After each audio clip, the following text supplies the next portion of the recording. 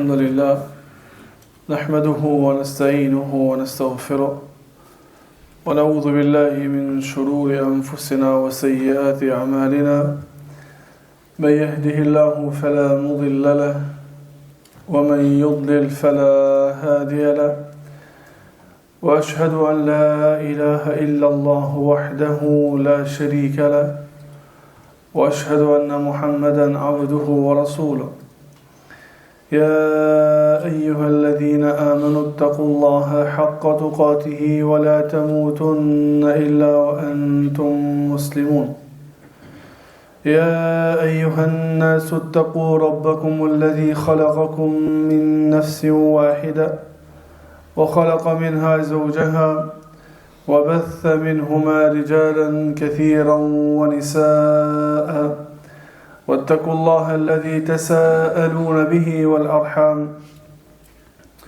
إن الله كان عليكم رقيبا يا أيها الذين آمنوا اتقوا الله وقولوا قولا سديدا يصلح لكم أعمالكم ويغفر لكم ذنوبكم ومن يطع الله ورسوله فقد فاز فوزا عظيما أما بعد فإن أصدق الحديث كتاب الله وخير الهدي هدي محمد صلى الله عليه وسلم وشر الأمور محدثاتها فإن كل محدثة بدعة وكل بدعة ضلالة وكل ضلالة في النار وبعد Falëndrimi dhe lavdratat I takojnë Allahu xhelle xhelaluhu, salatet selamet qofshin mbi pejgamberin sallallahu alaihi wasallam, mbi familjen e tij, shokët e tij dhe gjithë muslimanët që pasojnë udhëzimin e tyre deri ditën e gjykimit. Allahumma amin.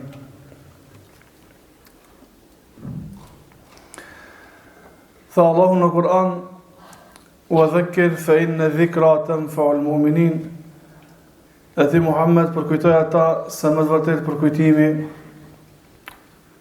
u ban dobi besimtarëve. Si përkujtim një hadith të pejgamberit sallallahu alaihi wasallam që e takoi Abdullah ibn Umar radhiyallahu anhu dhe I tha: "Ya ibn Umar, kun fi dunya ka'annaka gharibun aw 'abiru as-sabil wa'udda nafsaka min ashabi al-qubur." I tha djali Omerit, jeton në këtë botë si me qenë gurbetçar, ose si me qenë udhëtar, wa udda nafsaka min ashabil qubur, dhe llogaritë vetën tënde si me qenë banor I varrezave. Shtoi Abdullah ibn Umar radhiyallahu anhu duke thënë: "Idha asbahta fala tantadhir al-masa." Në qoftë se të zemë mëngjesi gjallë, mos e prit akshamin.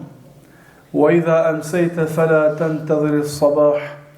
Në qoftë se të zemë mbrëmja gjallë, mos e prit mëngjesi.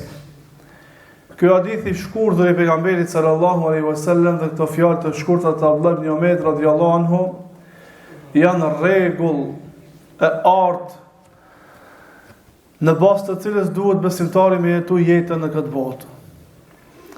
Për shkak se Allahu xhelle xhelaluhu tha në Kur'an: "Iqtaraba lin-nasi hisabuhum wa hum fi ghaflatin mu'ridun."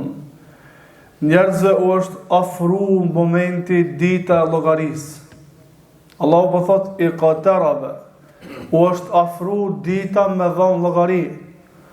Wa hum fi ghaflatin mu'ridun, kurse ata janë në gaflet, kurse ata I ka zonë gjumi, kurse ata janë të pakujdesshëm, edhe ja kanë kthy shpinën Allahut subhanahu wa taala. Jeto si me qenë gurbet ose si me qenë udhëtar. Gurbetllëku dhe udhëtari I kanë dy cilësi, e ajo është se të dy shpresojnë që të kthehen te shtëpia e tij e vërtetë. Edhe gurbetçari po edhe udhëtari shpreson që një ditë shpejt të kthehet në shtëpinë e tij. Edhe këtë shembull pejgamberi sallallahu alaihi wasallam për ta përkujtuar Abdullah ibn Abbas, Abdullah ibn Umarin, që jeton këtë dunjas ku gurbetçari, i cili mundohet me shfrytzu diçka gjatë udhëtimit apo vendit ku ai është në gurbet, me shpresë se shpejt i do të kthehen në shtëpinë e tij.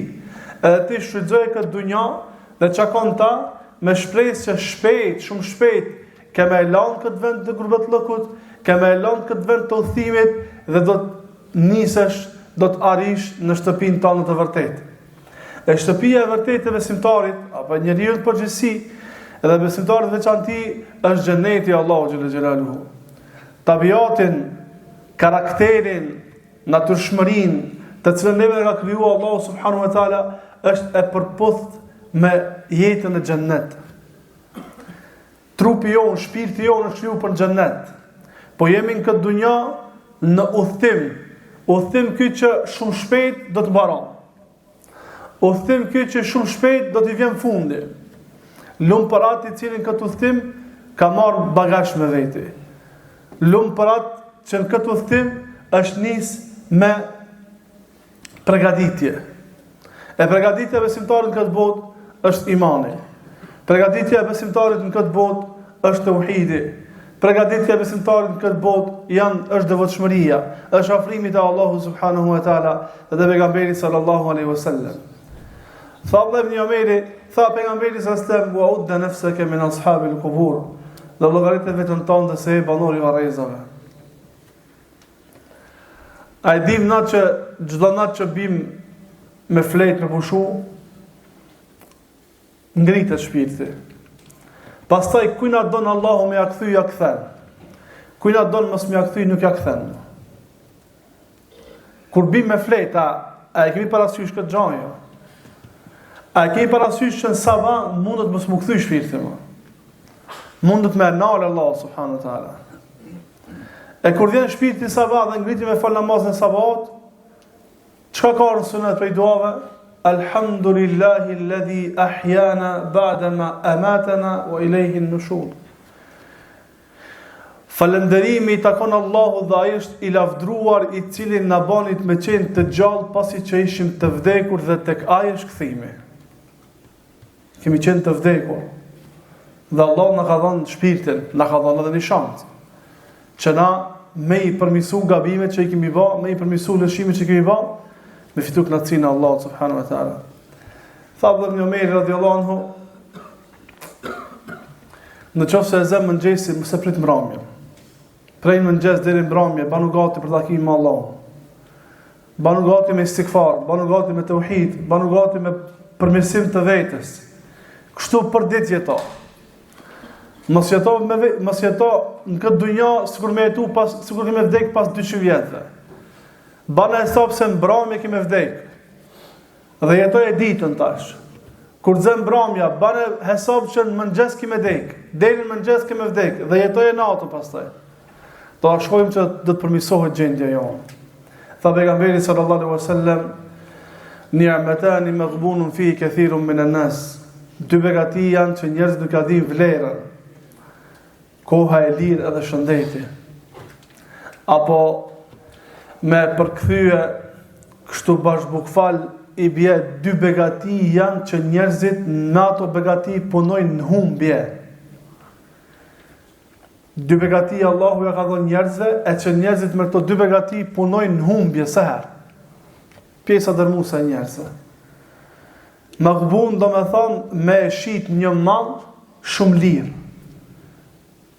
Kushton 1000 euro, e shet për 100 euro. Çka është maghbun? Me fitu, me punu me humbje, jo me humbje, me shumë humbje.